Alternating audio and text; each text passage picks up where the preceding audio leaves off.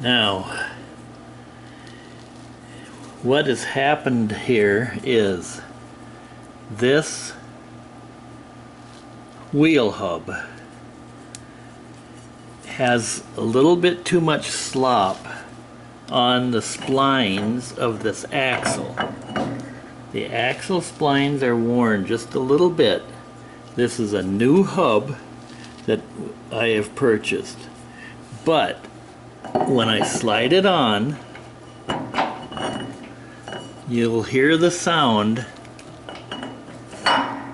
there as it bottoms out against the bearing area. So in order to get this away from there, and we have proper free play, you can hear a little bit of slop there in the free play. I've backed it off one shim and I had no free play, so I had to put that one extra, switch the shim in there and put a metal shim in instead of the paper shim to get the few thousandths clearance that I need.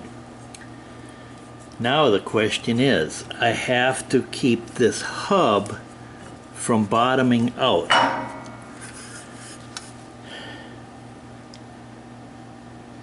And here is what I am going to be trying. I have cut several strips, little shims, that will lay in the splines. I will be laying them in the splines in the manner like this, and I'll have all these gaps filled. I will be filling up each of these splines, and I may need to do the other ones as well. But by doing that, I will be taking up a little bit of this play, a little bit of this free play and a little tolerance, and that will keep that hub from bottoming out, because the splines normally would prevent that hub from going all the way in, but there's just enough wear to allow that to slide in. An axle is about $155 from yesterday's Tractors or probably Steiner's. Bearing is another $40, and the nuisance of having to put that on. This tractor doesn't get that heavy use anymore. It is mainly for rough cut mowing.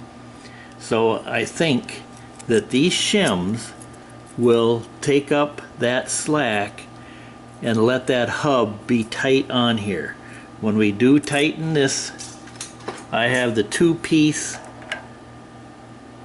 I think some people call it a squeeze-em nut. And by the way, that little hook from that other two-part will go into the slice right here. There's one on each side of there, so that will then hook in through here, and you can see that has a hole in it every shoulder, so that ring will go in through here into that slot. So once we torque this to 450 foot-pounds or so, and I'll do that by using a 2-foot, I have a 2-foot long 3/4 inch drive handle with the, I believe it's a 2-inch, yes, a 2-inch socket on the end of that.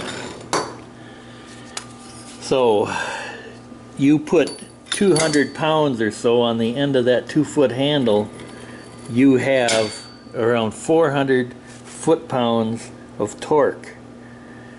So that will be an approximation, because I don't have a torque wrench that goes that high, and probably most people don't.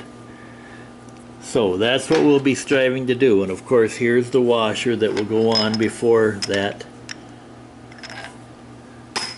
nut will go on the axle.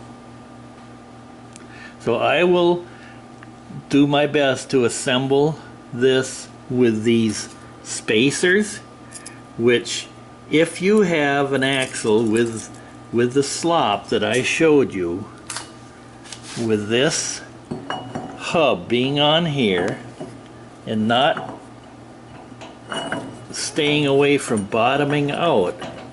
And you'll tell if it's bottoming out because you're going to get that sound as it bottoms out. So I will work on this and then show you the end result. So here's what I was doing. I would have the hub out a ways so that there would be a little bit of slack. I would push it off to the one side, and then with my other hand I could work that shim in. And I'm going to let them come out because I'm going to be dismantling here anyway. So here's what I was doing.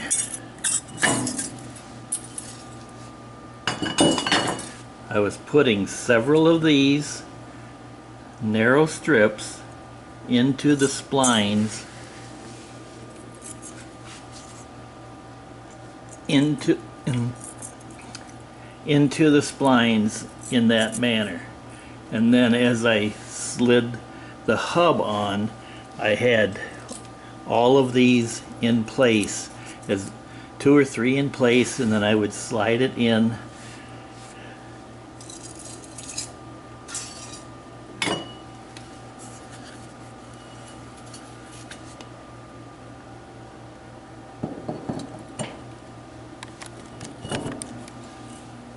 I would slide it in like that and let them be in there.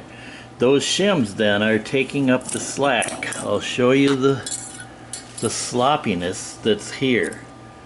This axle is being reused and it is slightly worn from the previous hubs. Remember, these are new hubs that I put on, but maybe you can see and hear that sloppiness in there, and even when it's back against the end. Now the other reason that I'm using shims is, and I've read on the internet that some other guys have run into the same problem, when we put this on here and have our shims back here for our end play, getting that 6 thousandths, I think it's 2 to 6 thousandths of end play, something in that range. Even if we get that correct, if we have worn axle shaft and the splines are worn, this hub bottoms out. You can hear that hitting the bottom, so it's bottoming out, and therefore when we tighten up the axle nut and torque that down to the 450 foot-pounds, it gets so much drag, it's contacting the base. This back portion is contacting the base in here and will not let that move freely at all.